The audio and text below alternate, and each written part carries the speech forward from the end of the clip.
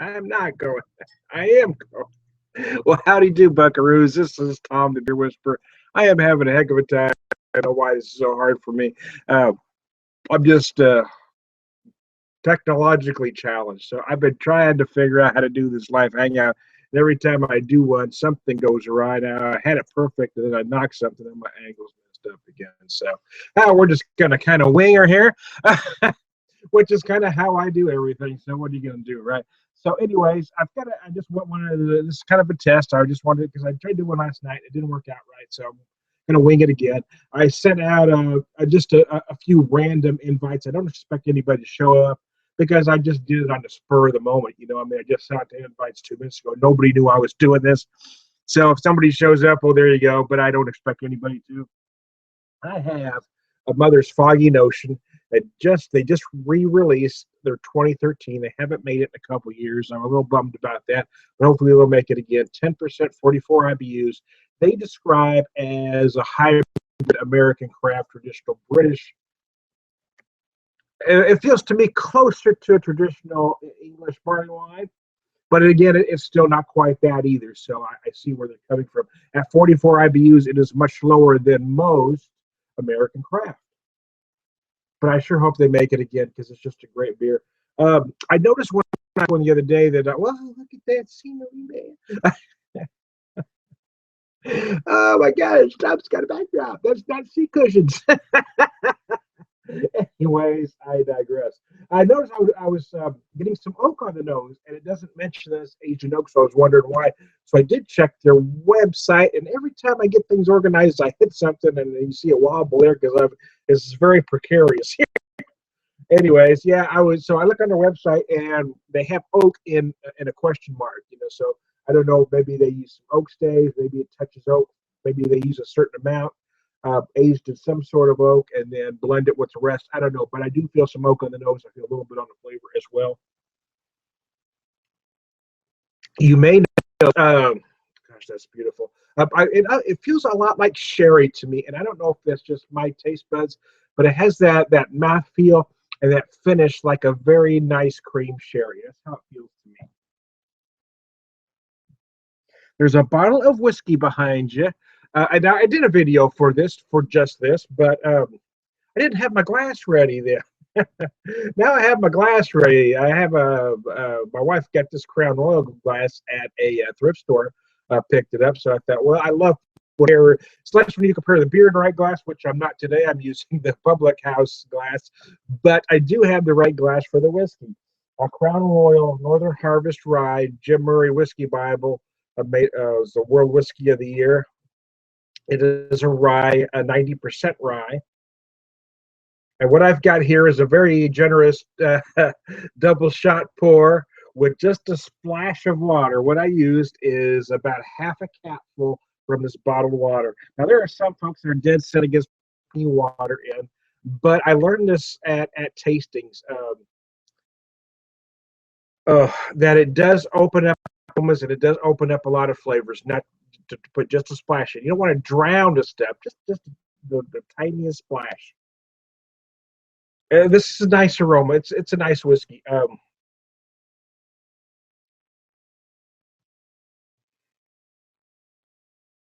It's a little spicy as you expect it right to be. I've been getting some. I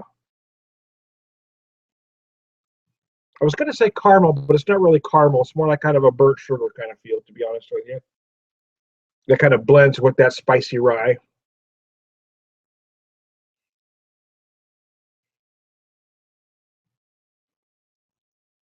Hmm. I'm certainly getting. I'm getting a lot of vanilla, more than just a little vanilla on the nose.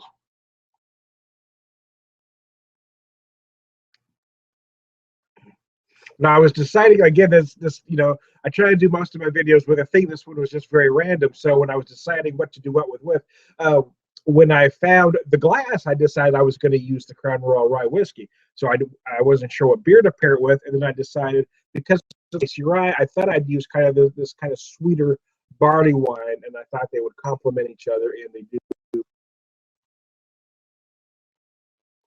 So for beer drinkers or whiskey drinkers. When they drink both, they drink them one at a time. I mean, I'm not advocating, two fists of drinking like I'm doing now.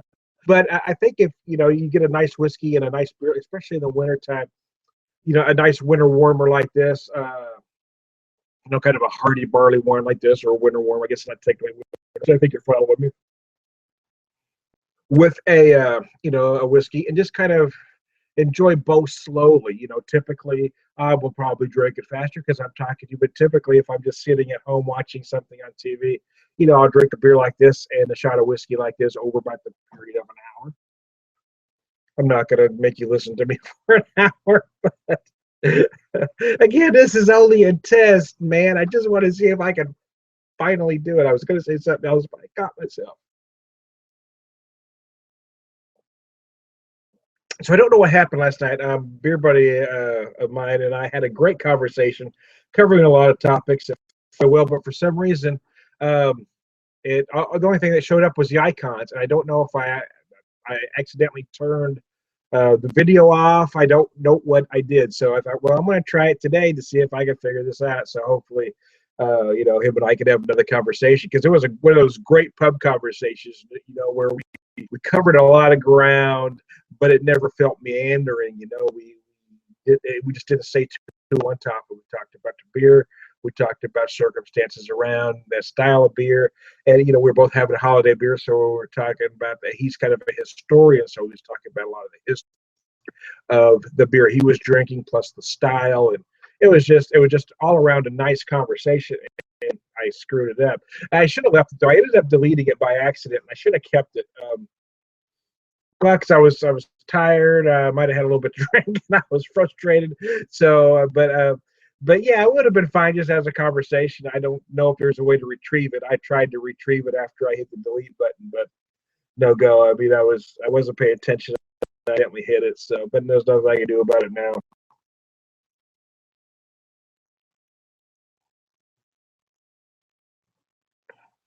It has a nice silky to it.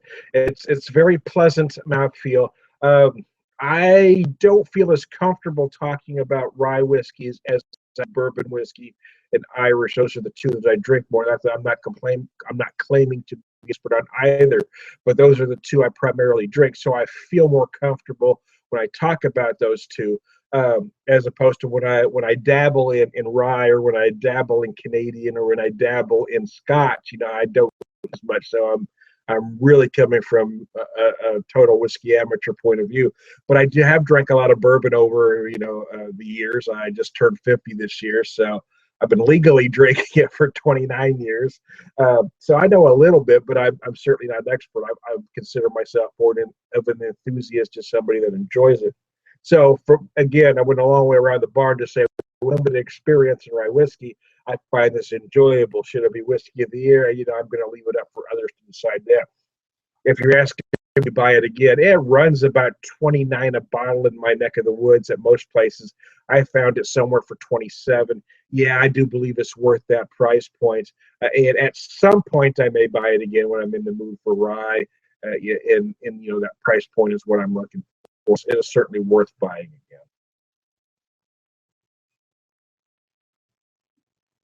But having said that, there are a lot of $30 price point whiskeys that I enjoy as well. Maybe not rye, but other whiskeys that I'm going to spend money on as well. I do. I have a website, timeToBeerWhiskey.com, and I've got an ongoing series of whiskeys under $30. This is certainly one that I would add to that. And I'm not necessarily, I don't rate them. I just basically tell you how I feel about them. And in most cases, I post a video along with a few words, but it's basically how I feel about the whiskeys and would I buy them again.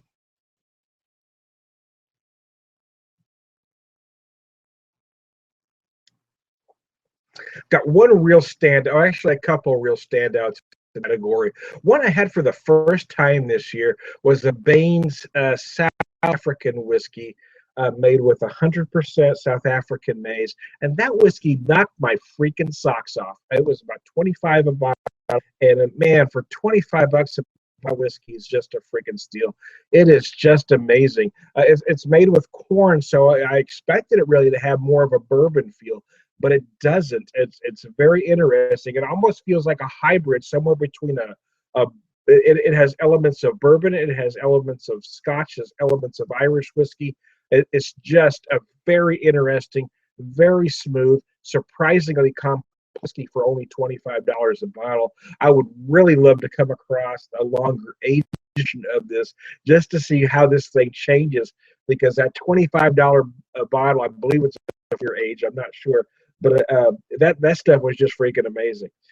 Another standout in that category for me is I just lost where I was going. The Rocktown Arkansas Hickory Smoked Whiskey. I picked up a bottle last year, and I actually had to pay 30 last year at a store. I found it at a different store this year when we took a drive to Harrison, Arkansas, and it was only 30 a bottle, 29.98. So yeah, they didn't have the Rocktown Rye. I wish I had that rye to compare to this, to be honest with you. But or they didn't have the regular bourbon either. But they did have that Arkansas Hickory Smoke. That's one of those for $30. You cannot go wrong.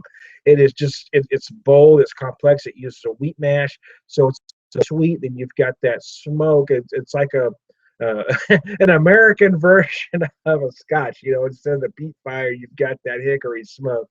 It is just freaking gorgeous. It really is. It just knocks my socks off. Every once in a while, we all find as beer whiskey geeks, we find something that may not be the highest end, but we find something that just for whatever reason fits our taste buds. And for me, that's the whiskey. That whiskey is my home run swing. I mean, it just does everything right for what I'm looking for in a whiskey. For my particular taste, it's just perfect.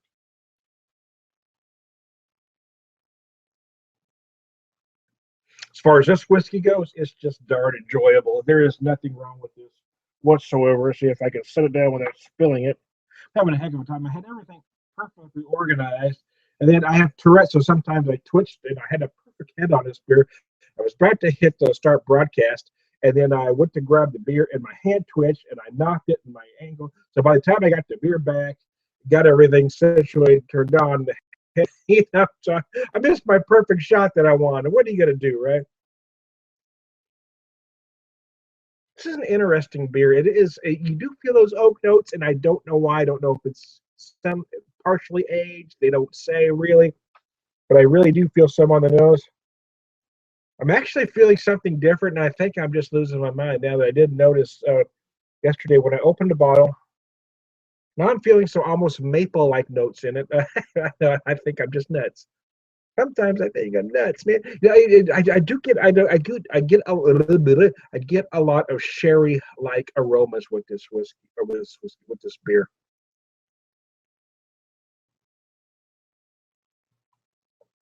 Uh, I just like it. There's some like a higher hopped uh, barley wine, and I don't necessarily have an issue with that either. But I've had folks not want to try this just because of the 44 IBUs without even giving it a shot. They've already made a judgment. I don't like them that malty. I don't like them that sweet. Blah blah blah blah blah blah blah. I mean, you shouldn't knock anything till you try it. But I do like what they've done here.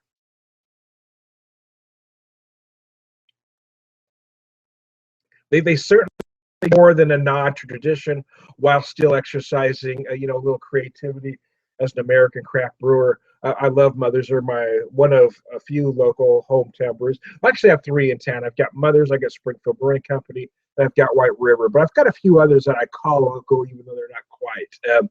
Tiny River is about 2 hours from here, but it's not local to anybody. I mean, they're out in the middle of no place, Bucyrus, Missouri. It's near a small town called Houston, Missouri. But I mean, it's still a couple hours out of St. Louis, a couple hours out of Springfield. I mean, I call it local because it feels local to me. The owners there, Brian and Jolene, are just fantastic folks. Very nice. I bring folks up there every chance I get. Um, I recently met a beer friend there, Eric, who goes by Beer Biker. Whenever he gets some days off, he just gets on his bike, man. He travels to as many craft breweries as he can hit. He brought me a whole lot of beer. I met him down at well, excuse me, at Piney, and we sampled a few together. Next time, if he ever gets near my way again, I'd like to meet him in St. Louis, which is about where I want to go in St. Louis, about 3.5 hour drive for me. Longer than that for him, but I love to meet him there at Urban Chestnut just to see that Grove location. Just has that great German beer hall feel.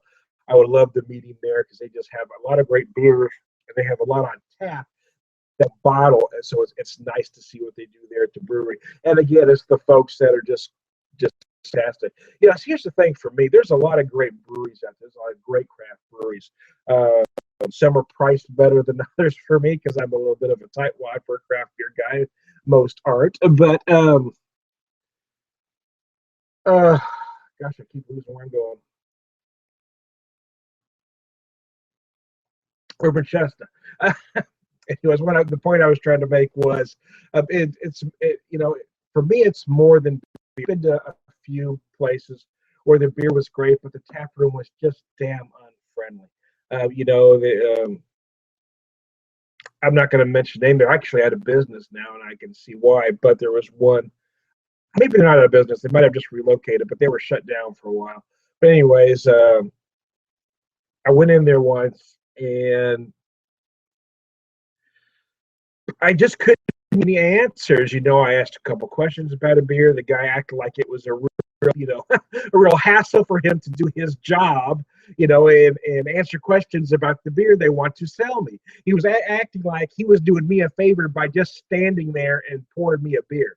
And I just, I grew up in the service business industry. My dad owned a hot truck when I was spent a lot of years in retail management.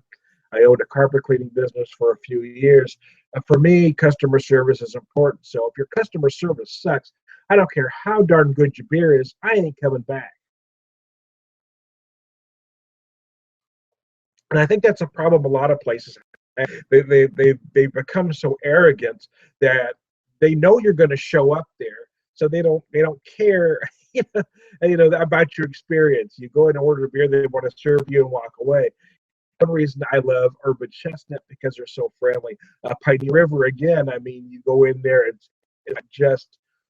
It's Piney River's a destination spot. You don't go in there for a flight and head out. You go in there and spend the day. It's out in the middle of no place. They don't serve food, but they encourage you to bring a picnic. They have a grill you can grill on. You can do whatever the heck you want out there. It's just a great place. And again, the owners are just very friendly.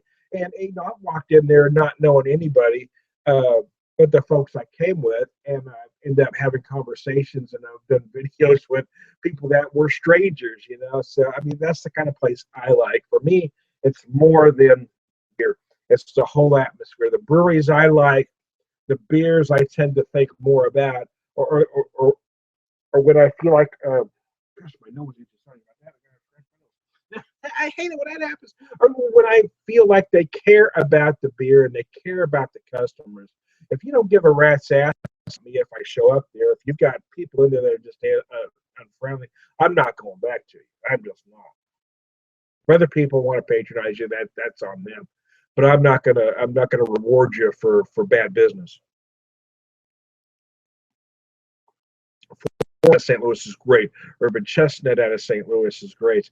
Those aren't really local to me, but I consider them local because, we had to spend a lot of time in St. Louis when our son Seamus was so sick with leukemia.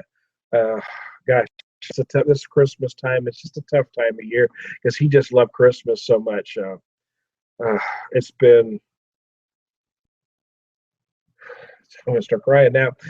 I wasn't gonna talk about it, and then it just entered my mind. We lost him April 23rd of 2013, so it's been a little over 2.5 years. It'll be 3 years, April 23rd. It's tough. The holidays are very tough on my wife, especially.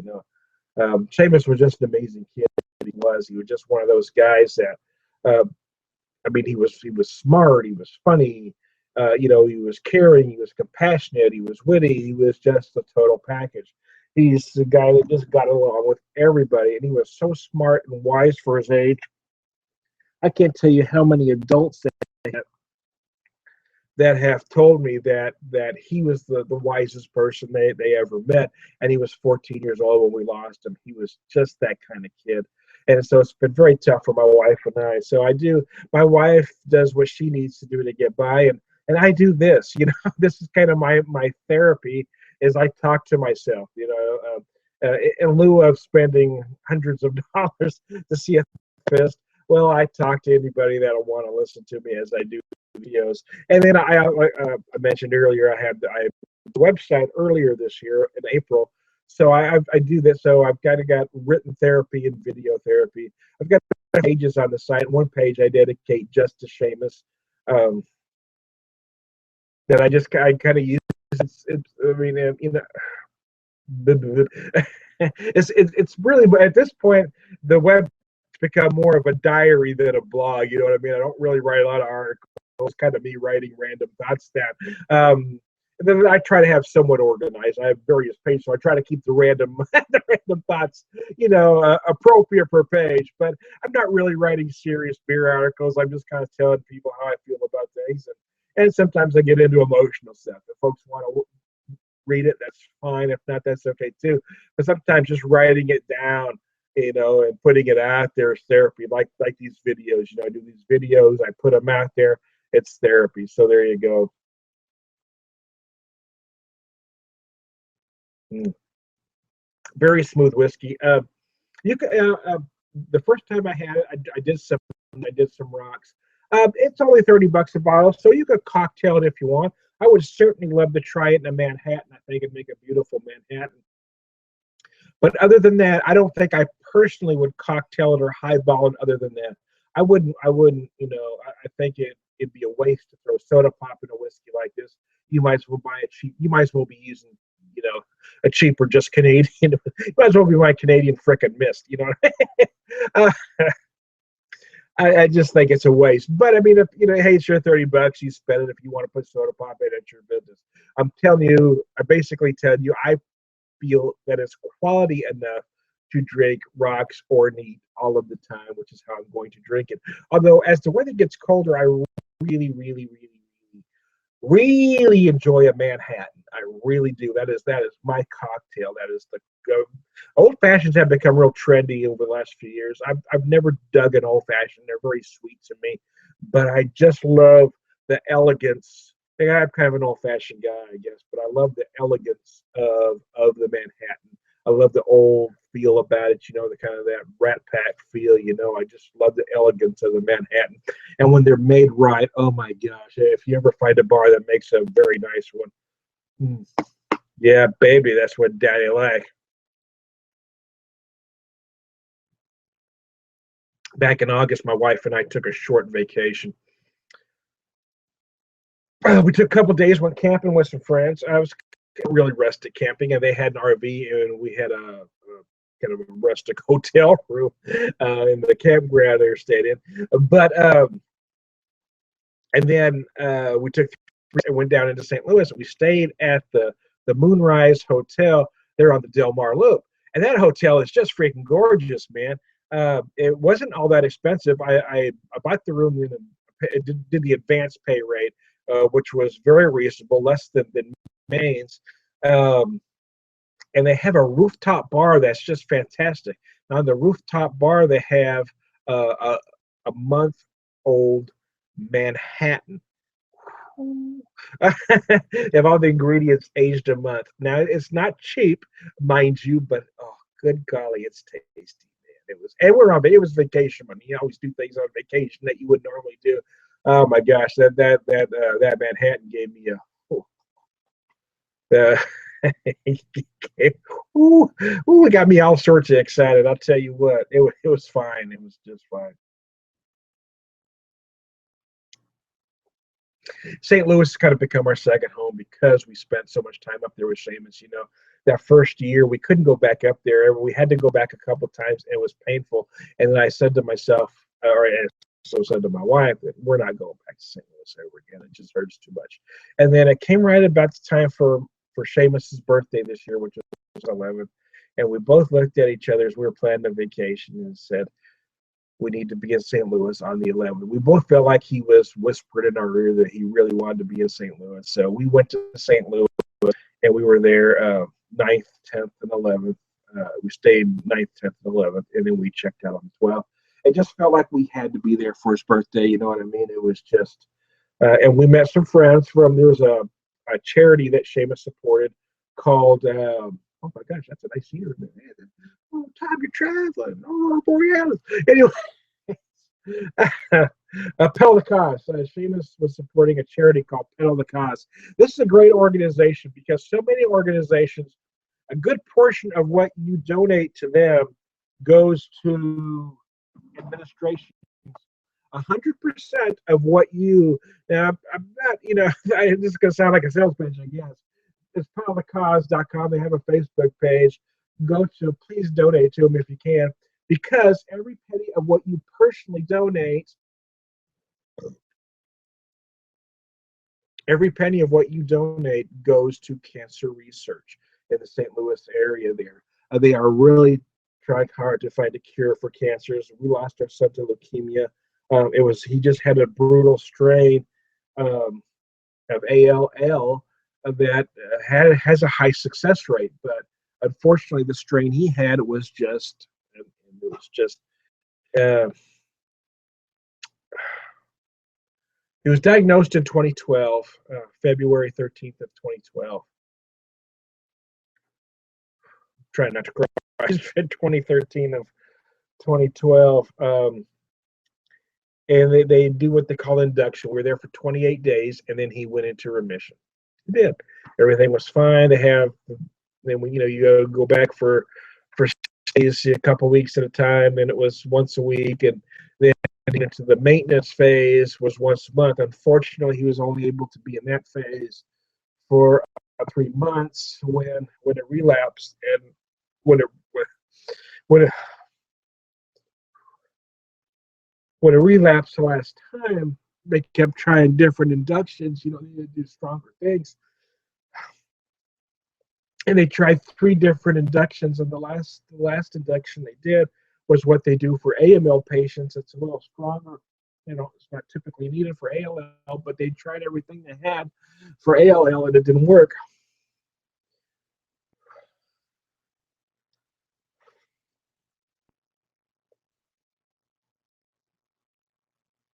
And he started feeling better. He started getting stronger. But then all of a sudden, he got an infection somehow because they're pumping him full of antibiotics, antivirals. And then as they were treating the infection, the cancer came back.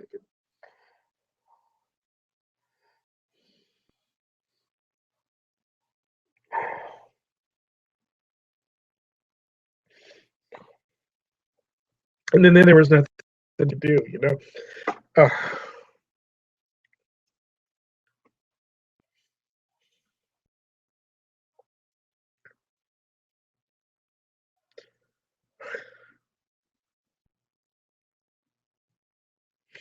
didn't want to be on life support, but at that point, the cancer was eating his body up. So they couldn't give him any more medicine to fight the cancer because of the infection, and it was just a vicious cycle. He was always so strong during the days of the recovery that my wife and I never thought about the possibility of losing him until it became inevitable. It was just overwhelming because he was always. I mean, the doctors were always amazed how he did it every phase. Oh goodness gracious! He was so well. He did it every phase that they didn't. That they were all baffled too. We had doctors. I mean, some of the best doctors in the country, even in the world, looking at him, and they were all baffled. Even then, nobody knows what happened. You can't blame anybody. You kind of do, but you can't. But you wonder what happened. You keep replaying. I keep replaying everything in my mind over and over again. Every night I have dreams. What to do. I mean, should I have pulled him out of this program and put him in a different program? But then, the result is we lose him anyway, and I'm regretting putting. There's just every night I have these. It's just this cyclical. This I just have these dreams that just keep running over and over again, and they change slightly, but the result's always the same, and it's just it drives me nuts. So anyways, that's why I do these videos, because it seems to be how much does it? You seem well adjusted, Tom. I know. I don't know if I'm getting any better. At some point, I'm probably gonna lose my freaking mind. I may have to go see somebody at some point. I just don't want to. I'd rather just throw my random thoughts out here into the wind, into the air, and if anybody wants to listen, fine. I feel better once. Sometimes you just have to say things out loud. It doesn't necessarily need to be to a therapist. To me, anyway. I don't know. Sometimes you don't necessarily need that feedback. You know what I mean? You just need to get it out, and you can kind of somehow feel better. I don't know that I feel better now. Now I'm kind of hurt because I was starting to cry there, and now you're a fucking it's difficult. Seamus and I we were tight. We used to go to a lot of concerts together. He loved classic rock and blues, so him and I did a lot of shows together. We went to a lot of blues fest together. We saw a lot of classic rock shows together. Rocklahoma, we went a couple of years, saw a lot of great classic rock bands. Here in town, we saw the Moody Blues. And the last concert we saw earlier in just a few months before we lost him was I had won tickets from a radio station to see Ted Nugent's Styx and REO Speedwagon. So that was the last concert we saw together. It was a great show. Ted's a moron. He really is. I mean, his politics are so bizarre. He's such a hateful, spiteful, ignorant son of a bitch. But you can't. Some of those songs are just fun to listen to.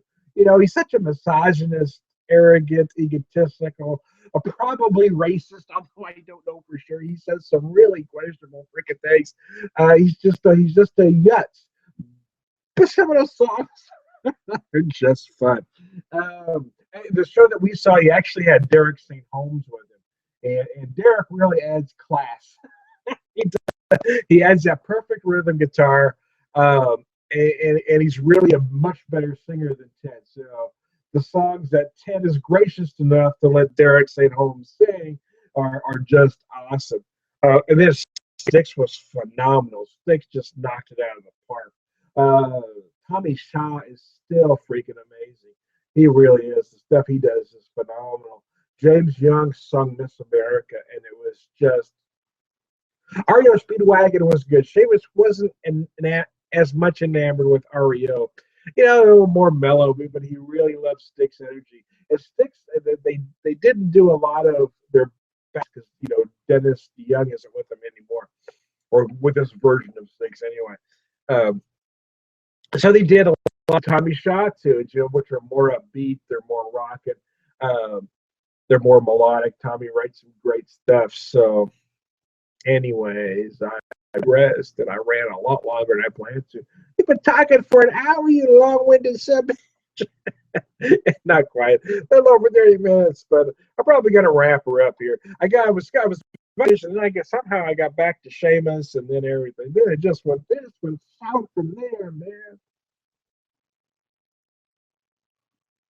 I do like to thank folks that support me, though. I mean, I don't make any money doing this, and I don't intend to. I don't do this. I think that I have a problem with a lot of folks that get on this YouTube thing or even craft beer, for instance, for the sole purpose of making money. I do this because I enjoy it. I do it because, again, for me, it's therapy. It allows me to talk about something and get some thoughts out. It's some sort of creativity where I could channel my grief in some place that feels so positive. In some sort of way, I'm not hurting anybody while I'm doing this. I lost my whiskey. Where did I put it? There it is. I forgot where I put my whiskey. It's a nice little glass. And so, anyways, Tom, you said you're going to stop talking. I do it all the time. Sometimes I just find things to say. Hey, watch me, don't watch me, I don't care. But anyway, having said all that, yeah, for me, it just does help to kind of get it all out. I had that right where I wanted it now. I got to begin. Put shit down. When she first bought this glass, it was jacked up. She only paid like a nickel for it, I think, and it had this kind of crazy film on it. But I've got a very good dishwasher. And we stuck it in there, put it on that sanitized cycle. We've learned a trick. Use a cleaning vinegar, cleaning white vinegar. It's a higher acid content or something. Look at the bottle. It says. Anyways, they have a white vinegar designed for cleaning. It's a little stronger. But yeah, what I did was I sprayed the glass good with it, and then ran it through that sanitize cycle on the dishwasher, and woo, looked nice and sparkly again. Because you couldn't before, you couldn't see it had like this milky film over it, you know. But now you see that nice. And I didn't have any Crown Royal at the time. Quite frankly, I've never been a fan of Crown Royal. I don't not distinct end, mind you. I don't think it's a bad whiskey. It's not something that I drank a lot. For the same price, if I'm buying a Canadian whiskey, I really like the 40 Creek. It runs about the same price as Crown, and I feel it's a more nuanced whiskey for my taste buds anyway. But Crown is like Bud, you know, it's got that name recognition that people order as well. It's what they've been doing for 20 years, you know. It's like when people order Jack Daniels. Jack Daniels isn't the same whiskey it was 30 years ago. It maybe made the same, but they've added water to it. It went from a 90 proof to an 80 proof. It's just not the same as it was. But people buy it just the same because they've been buying it. They've been told it was good, so they still think it's good. But for it runs $20, 25 bucks a bottle in my neck of the woods, and there are so many other whiskeys that I can buy for that kind of money that I'm just not buying. I'm just not. So, anyways, yeah. But this rye is very nice. It makes me want. I hope I like to make a trip to Arkansas again, because I really want to buy a bottle of that Rocktown rye that runs about 30 a bottle and compare it to this. Not necessarily to see which one's better, but just to see how different distilleries take a different look at the same style. You know, I do the same thing with beer to see. But anyways, to try to get as technical as I possibly can about this whiskey, although that's not really what I do. I say I do more of a commentary. I don't really I give you some tasting notes. I don't really like to get into specifics. I'm more about how it makes me feel than the specific tasting notes. But I try to give you some.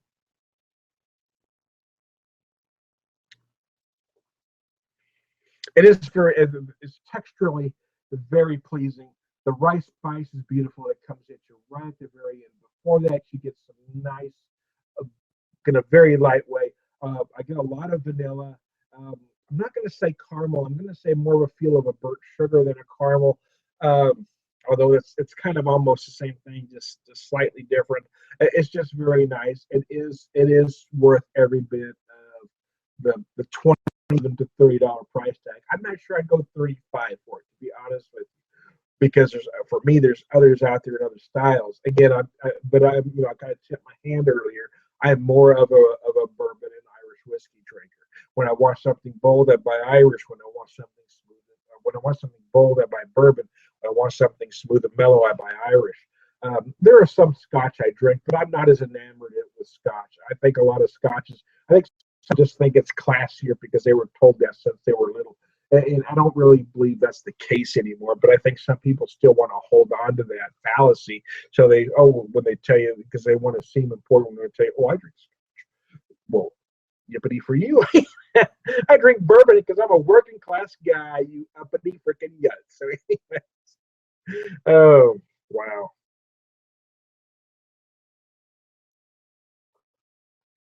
By golly, it took me 40 minutes, but I finished the drink in front of you. I still got a lot of beer left, though. I covered a lot of ground. I talked for a long time, and a whole lot about that. And who the hell wants to watch me for an hour? I don't know. I honestly don't expect anybody to watch this. But as long as I feel like it's therapy, I'm going to keep talking. I got the fire, but I'm feeling toasty. I got the fire by me. You live there, don't you? Log on the TV. I love this. I put it on every once in a while. It plays Christmas music. I've got it muted now, but it plays Christmas music as the Yule log going. So every once in a while, I'll put it on just to irritate my wife. When she's doing that again. I tell you what I need to do is I need to get a.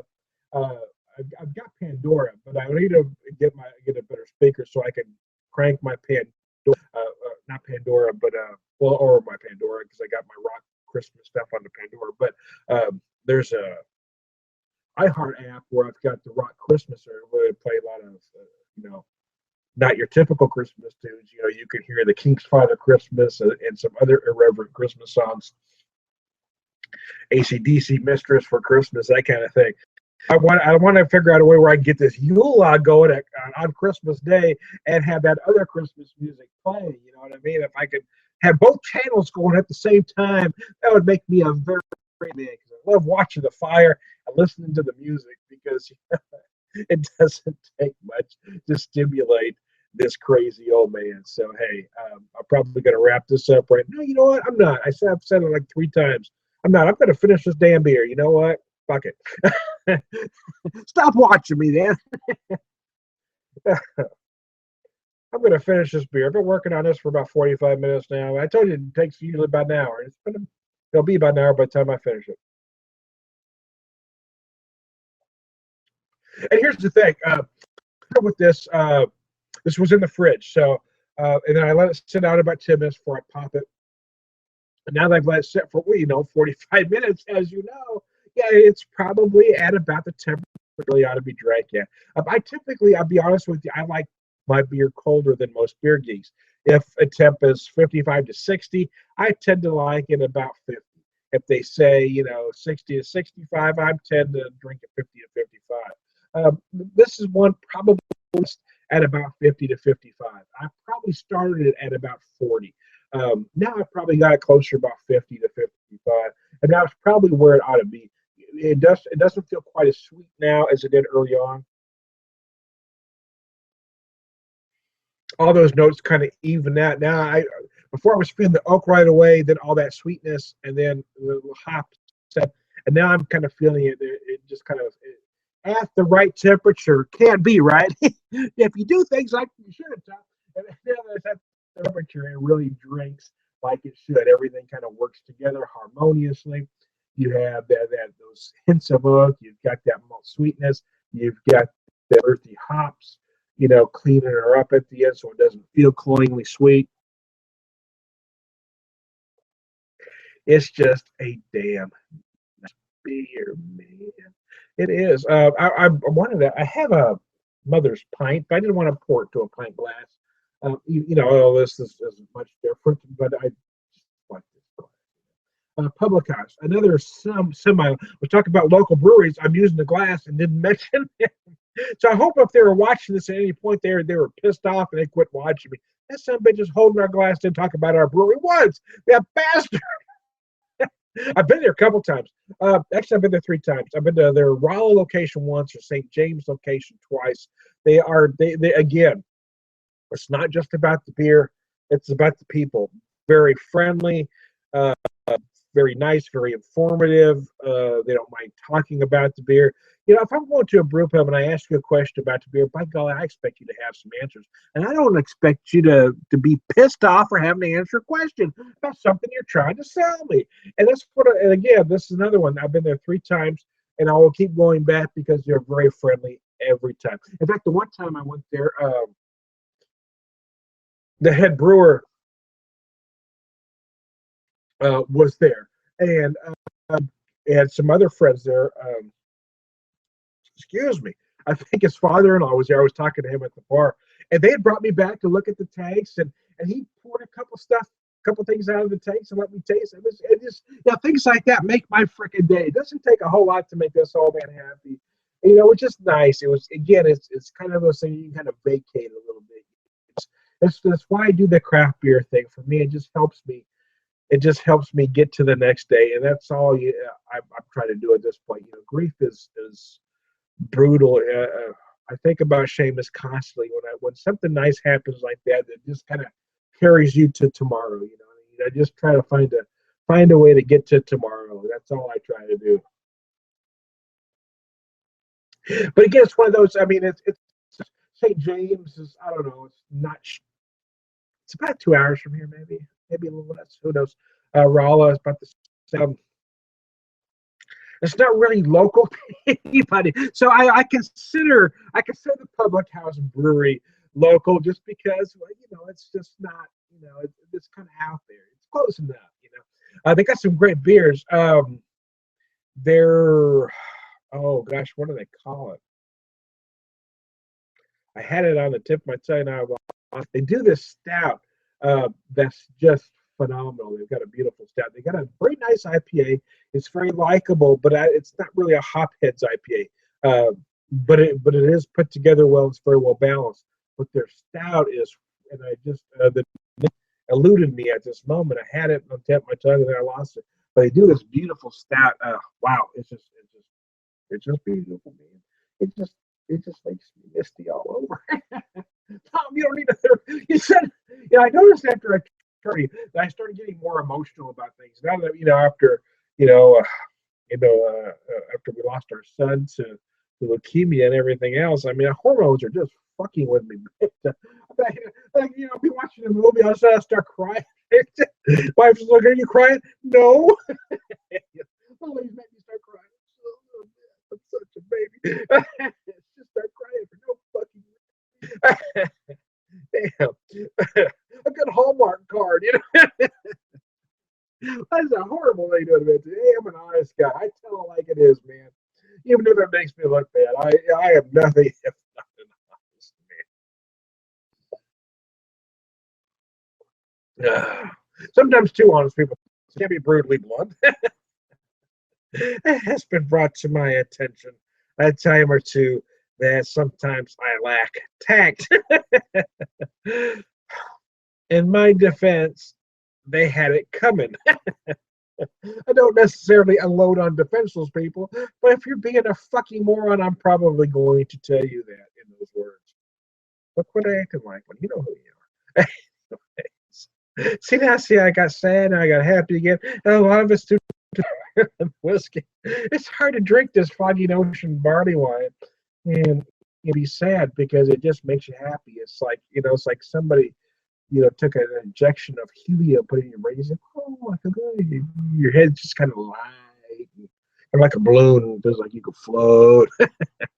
I hope they make this again. I'm kind of wondering if they're trying to change. It kind of makes me wonder. Most American craft. My phone's ringing. I can't get to it. Fuck it. Most American craft barley wines tend to run anywhere. Some are running 75 to 100 these days. That's not unusual. I've lost completely. Did you see that? Like I just went blank, like an education. Some go 75 to 100 IBUs these days. This one's at only at 44. I just had one the other day. Old Grumpy barley wine from that runs 57 IBUs, and that's considered light on the IBU end. So 44 is very light for an American craft. It's actually not light for traditional English barley wine, though. So I think I said IPA in there, but I meant to say barley wine. I think y'all know what I mean. Backtrack a little bit. Sometimes my mind's doing one thing, my mouth's doing something else. But anyway, a Core. Again, there's another company. See, I thought of a couple other breweries. A Core and Saddlebach. They're actually in Arkansas. Somebody really freaking wants me. Core and Saddlebach out of Springdale, Arkansas. Again, they're both about a 2-hour drive in Arkansas. But I do consider them local because I can get to them some bitches in 2 hours. So anyway, I'm going to finish this beer and go answer that fucking phone because somebody is being persistent. Anyway. Yes. I'm Tom the Beer Whisperer again. I started doing this and I got sidetracked, but I want to thank everybody that supported me over the few years I've been doing this. Hey, if you like me, great. If not, don't watch me. I don't necessarily mind negative comments. I don't like when people just thumbs down the videos. Not that I don't think you should have an opinion, but I think if you're going to give me a thumbs down, you ought to leave me a comment, tell me why. At least be honest. My problem with the thumbs down is it feels cowardly. You know what? It feels it doesn't feel. It actually is. It is cowardly. It is chicken shit. If you're just going through your thumbs down to videos and you're not leaving a comment, an honest comment, I'm not talking about just being negative. Don't just say you're an asshole. Here you go. But be honest. Hey, I didn't like you for this reason. That's okay. I can accept that. But there are folks that that just go through videos and give you a thumbs down just because they're fucking chicken shit pricks. If you're going to be a fucking coward, take your bullshit somewhere else. I mean, I do this stuff for therapy. Again, I don't necessarily mind constructive criticism. If you can be a decent human being, be a decent human being. But don't just be an ass for no reason at all, because then there's no use for you. There is no use for assholes on this planet. Go do something with yourself now because nobody wants you. Be a nice guy or go get the fuck lost. That's my philosophy. You've heard it from Down the Beer Whisperer. And on that note, I am going to leave.